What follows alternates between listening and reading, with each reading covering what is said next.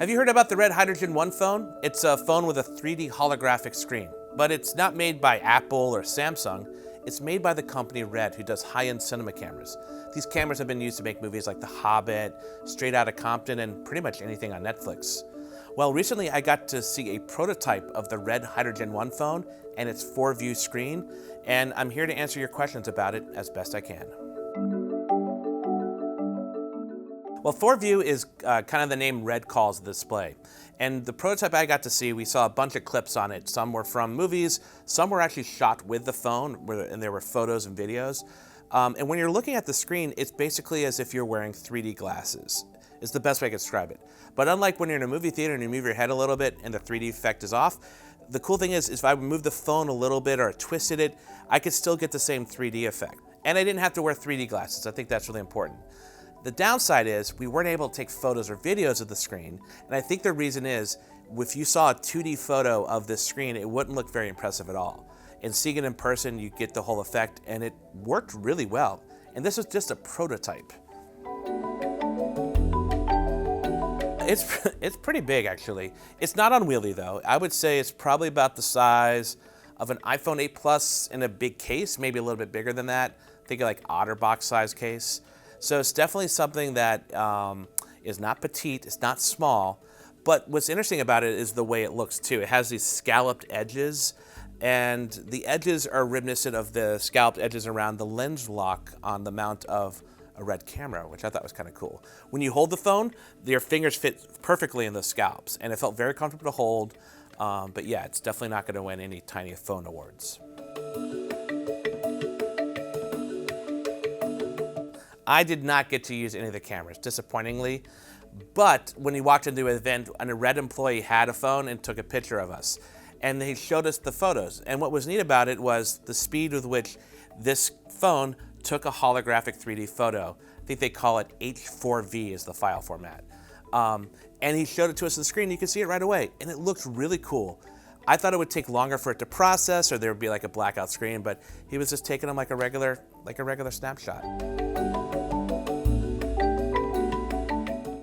We think of modular phones, we think of things like Motorola's line of phones or Essential, where there's these little mods you can put on them. As far as the Red phone, we know there's going to be a cinema module that can go on and has like a larger camera sensor, and they can attach cinema lenses on it. We also saw a really cool thing at the event. There was an actual Red camera that's an 8K camera that shoots 3D, and you use the phone as a viewfinder so you could actually see 3D images on a screen as you film it, which, unless you had a VR headset, you're not gonna be able to see. So another fun thing about the event I went to is they had other companies come in, including Layla, and Layla had a platform that allowed people to take video games and turn them into this 4V format, so they could turn a video game into a 3D game that could be played on the Red Hydrogen 1. So that's promising that Red's already looking into how you might get not only movies and TV, but also games on there. I hope it goes on sale. It's a really cool looking phone.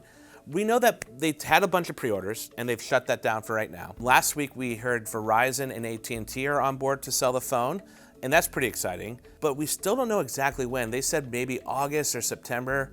The proof will be when it happens. They said they would actually be selling it earlier this year, and obviously they pushed it back. But I have a feeling they're actually gonna sell the phone eventually.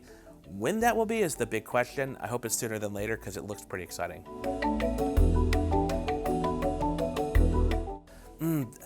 As far as it is called the Hydrogen 1 phone, and that last word is the part we don't know about yet because we haven't had a chance to make a phone call on it or send a text message or log on to the internet. I know it runs on Android, but right now what I saw was a very early prototype.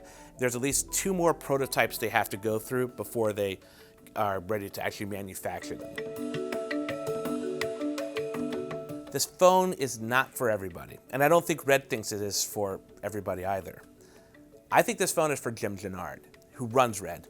I think he's making the phone he wants. I think he's making it do things that he sees phones can't do right now, like a 3D display, filming this unique content, but also using the modularity that some of his cinema cameras have and putting that into a phone.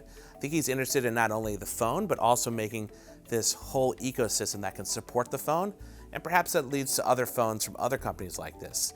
I think if you're someone who's into cinema, the phone with the cinema module is very interesting because Red cameras are amazing, but they are definitely on the higher end of pricing. And if you're buying a $1,200 or $1,700 phone and a module that goes on that can actually shoot Red quality cinema video, that will appeal to those people. I also think it's going to appeal to people who are early adopters who just want to see what this phone's all about. But I don't think this is going to be something that you're going to see in everyone's pocket. That being said, a little background on Jim Gennard. He ran the company Oakley, the sunglass company, and when he was pivoting from that into making cinema cameras, a lot of the same questions that we're asking about the phone, people were asking about how a guy making sunglasses is going to make cinema cameras. So I wouldn't short sell him at all. In fact, I'm really excited to see how he evolves it. I think he's got a very pragmatic approach to it all, and I think that's kind of appealing to me.